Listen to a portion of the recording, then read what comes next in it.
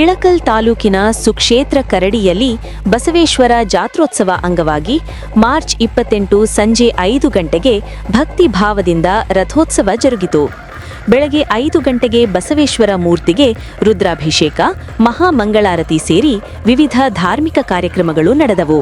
ನಂತರ ವಿವಿಧ ಗ್ರಾಮಗಳ ಭಕ್ತರು ತಮ್ಮ ಸೇವೆಗಳೊಂದಿಗೆ ರಥೋತ್ಸವದಲ್ಲಿ ಪೋಚಾಪುರ ಗ್ರಾಮದ ಭಕ್ತರು ರಥದ ಕಳಶವನ್ನು ಮೆರವಣಿಗೆಯ ಮೂಲಕ ತಂದು ಸಮರ್ಪಿಸಿದರು.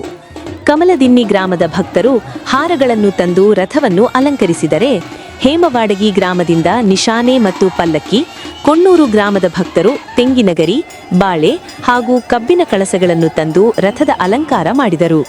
ಕರಡಿ ಗ್ರಾಮದ ಕೆಎಸ್ಆರ್ಟಿಸಿ ಸಿಬ್ಬಂದಿ ತೇರಿಗೆ ಹೂವಿನ ಅಲಂಕಾರದ ಸೇವೆ ಸಲ್ಲಿಸಿದ ನಂತರ ಸಾವಿರಾರು ಭಕ್ತರ ಸಮ್ಮುಖದಲ್ಲಿ ಬಸವೇಶ್ವರ ರಥೋತ್ಸವ ವಿಜೃಂಭಣೆಯಿಂದ ನಡೆಯಿತು.